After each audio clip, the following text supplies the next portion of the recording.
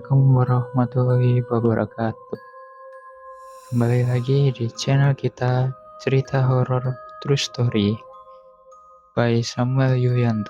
Kali ini kita akan melanjutkan cerita horor yang berjudul Santet Tumbas Keor by Restu Wiratmaja. Langsung aja ya, gak usah lama-lama. Cerita horor True Story dimulai. Perut Bu Marsina membesar dalam sekejap. Pak Suryo dan Romo sendiri merasakan keanehan yang luar biasa melihat perubahan pada perut Bu Marsina. Pak Suryo yang melihat fenomena aneh itu langsung menangis ketika keadaan istrinya makin memburuk. Lain hal dengan Bu Marsina, ia sendiri tidak bisa melakukan apa-apa selain merintih kesakitan sambil memegangi perutnya. Melihat keadaan ibunya yang makin memburuk, Romo pun langsung berlari ke arah rumah Mbak Cungkir untuk meminta pertolongan agar bisa menyembuhkan ibunya yang terkena santet itu. Sesampainya di rumah Mbak Cungkir, Romo langsung mengetuk rumah Mbak Cungkir dengan perasaan yang terburu-buru.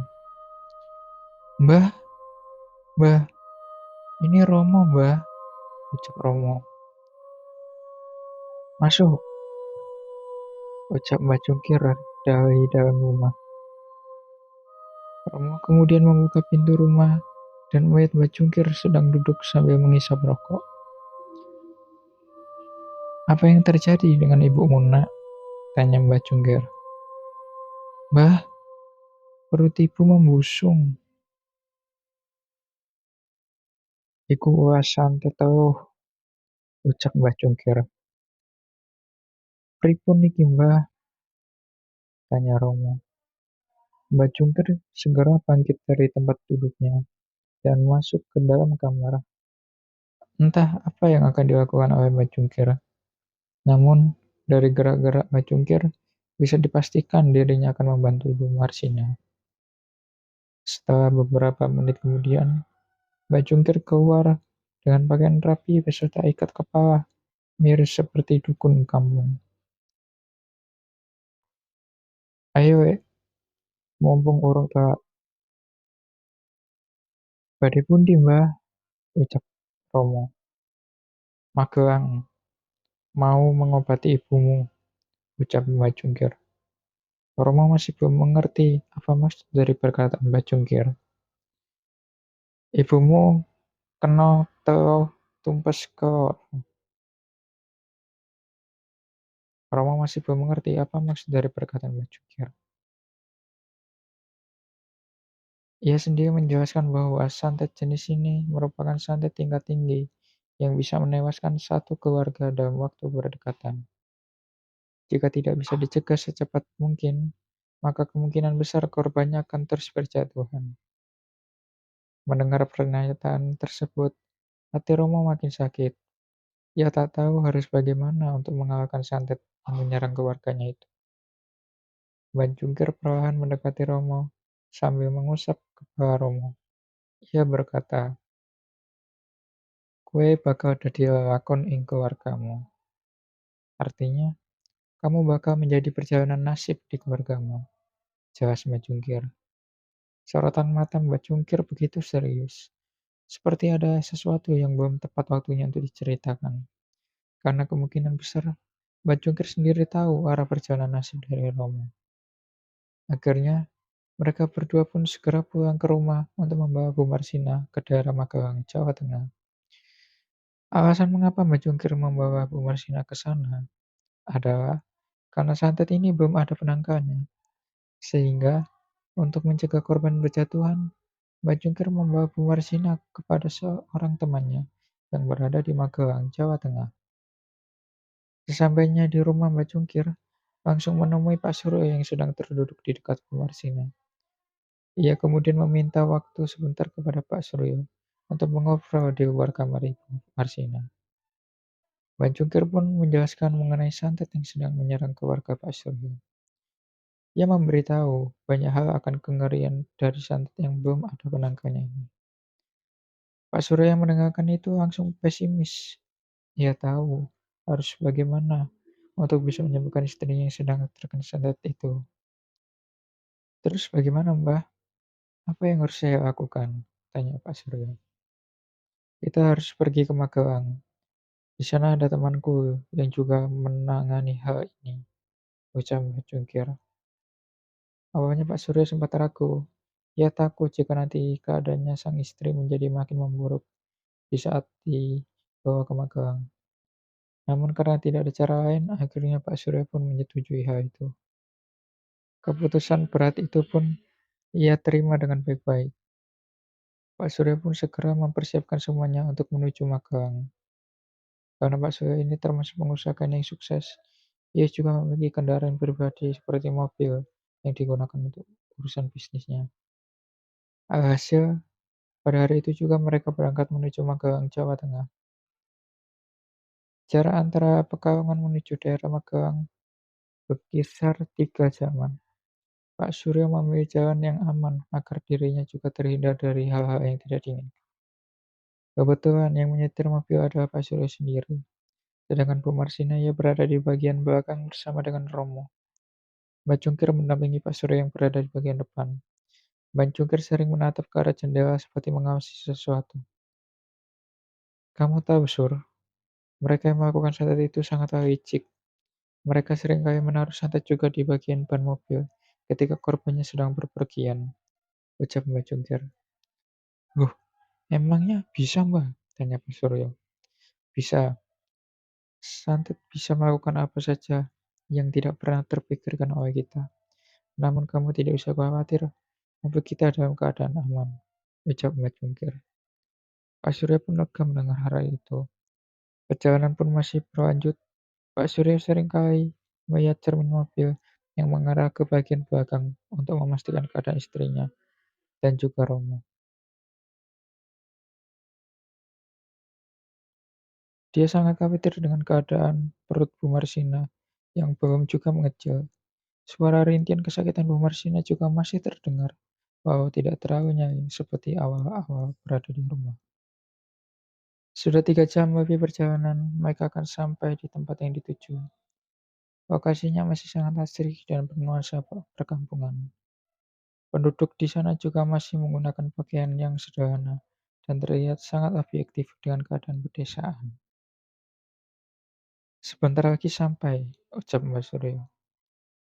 Mobil pun mengarah ke arah rumah gubuk yang jaraknya lumayan jauh dari rumah-rumah penduduk lainnya.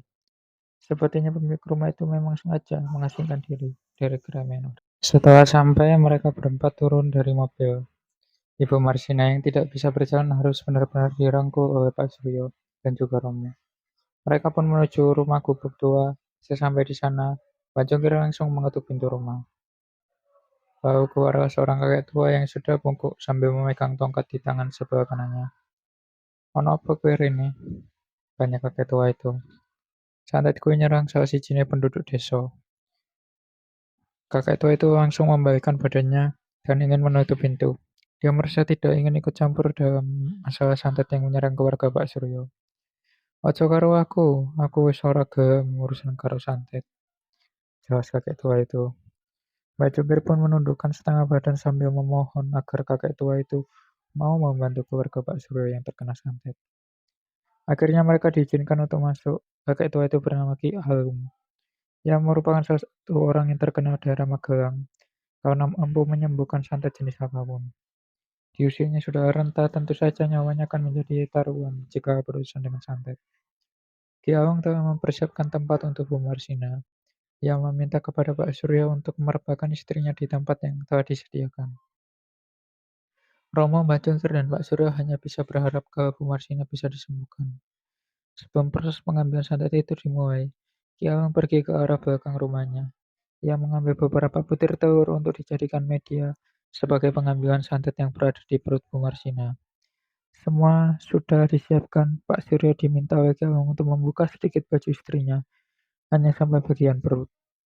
Urat-urat perut Bu Marsina terlihat dengan jelas, namun ada sesuatu yang aneh dari perut Bu Marsina sendiri. Di bagian perutnya terdapat sesuatu yang bergerak-gerak seperti cacing.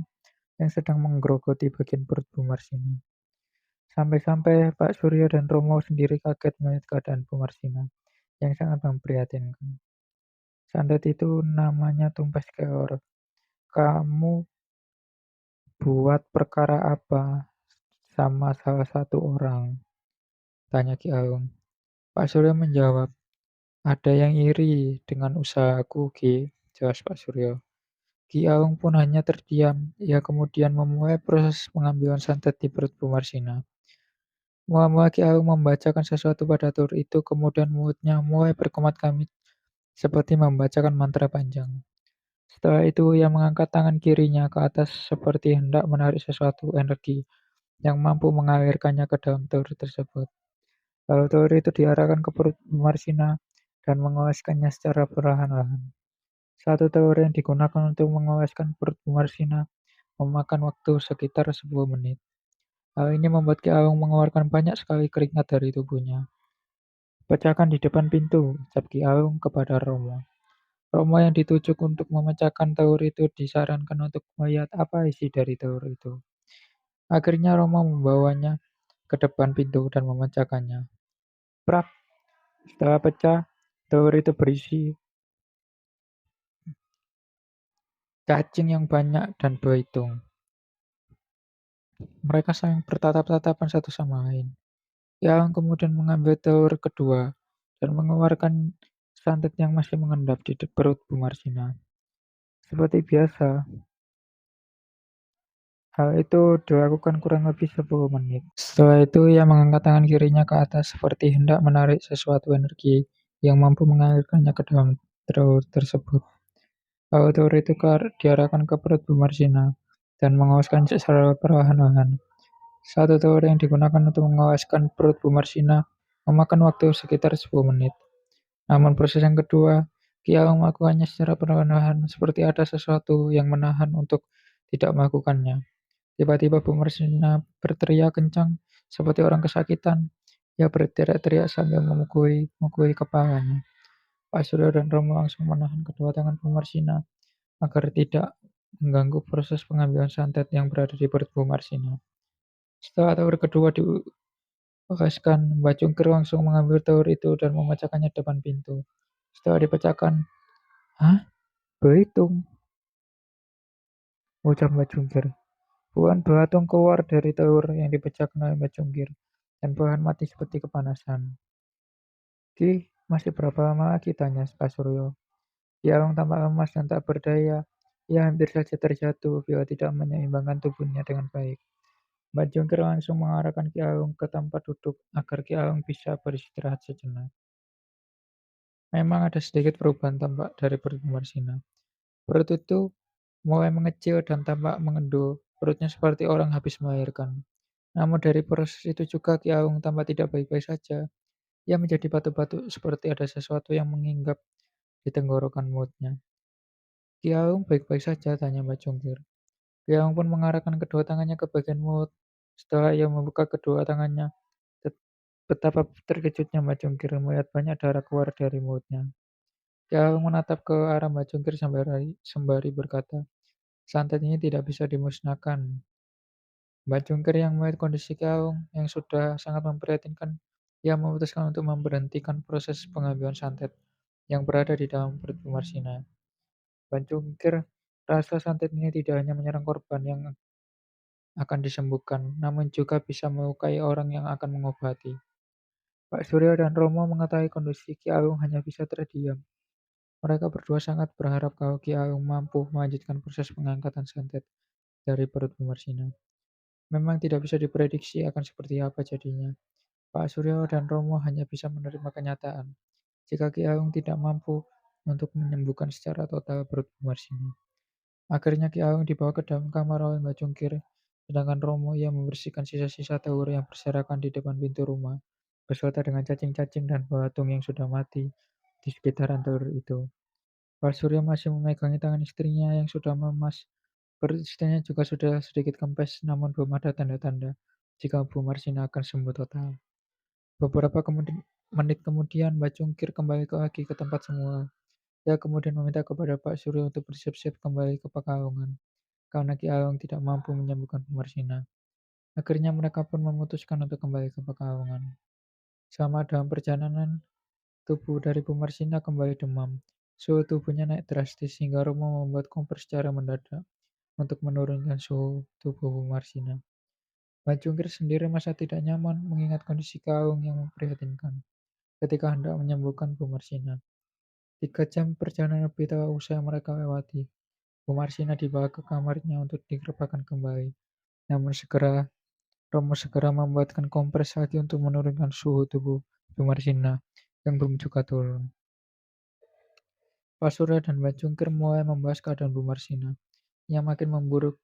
Keduanya juga sangat terkejut ketika melihat si pecahan telur yang dioleskan perut Bu Marsina sewaktu Ki Ageng melakukan proses pemindahan santet ke dalam telur itu. Pak Surya sendiri sudah kehabisan akal. Ia kemudian minta saran kepada Mbak Jungkir untuk membawa Bu Marsina ke tempat-tempat terdekat agar bisa menyembuhkan Bu Marsina. Mbak Jungkir hanya bisa terdiam. Ia tidak yakin kalau Bu Marsina bisa diselamatkan dengan kondisi yang sudah diambang batas normal manusia pada umumnya. Namun Mbak Jungkir tidak mau menyerah. Ia kemudian menyarankan kepada Pak Surya untuk menjual seluruh tanah miliknya agar bisa mengobati Bu Marsina bagaimanapun caranya. Pak Surya menyetujui hal itu. Ia kemudian membawa seluruh sertifikat tanah miliknya untuk dijual ke berbagai pihak yang membutuhkan tanahnya. Itu berarti seluruh harta milik Pak Surya akan digadaikan demi kesembuhan Bu Marsina. Setelah mereka bersepakat melakukan apapun demi Bu Marsina, Pak Surya bergegas mengangkat menuju ke beberapa pengusaha yang kaya raya agar sudi membeli tanahnya. Nanti akan digunakan untuk biaya perobatan Bu Marsina. Sedangkan Mbak Jungkir, ia kemudian mencari-cari pengobatan yang ada di seluruh tempat di Pekalongan. Berbeda dengan Romo, ia memilih untuk menemani ibunya dan selalu berada di samping ibunya. Romo yang merupakan anak bungsu harus rela untuk setia ibunya walau bagaimanapun keadaan ibunya saat itu. Mula Romo mengompres dari ibunya, lalu ia memijati tangan kanan ibunya dengan penuh kasih sayang. Air matanya tak kuasa menetes ketika dia mengingat isi telur yang dipecahkan olehnya di depan pintu rumah Ki Aung. Saat Romo sedang memijati tangan sebelah kanan ibunya, tiba-tiba tangan kiri ibunya Marsina bergerak dan memegangi tangan milik Romo. Romo terkejut saat itu. Ia langsung mengusap air matanya dan berkata, "Ibu sehat saja kan?" tanya Romo. "Kamu nangis ya, nak? Tangan kamu basah," ucap Bu Marsina. "Enggak, Bu. Romo gak nangis. Ini air wudhu yang netes dari rambut Romo," ucap Romo sambil menahan rasa harunya. Bu Marsina kemudian mengucapkan sesuatu yang mengejutkan Romo.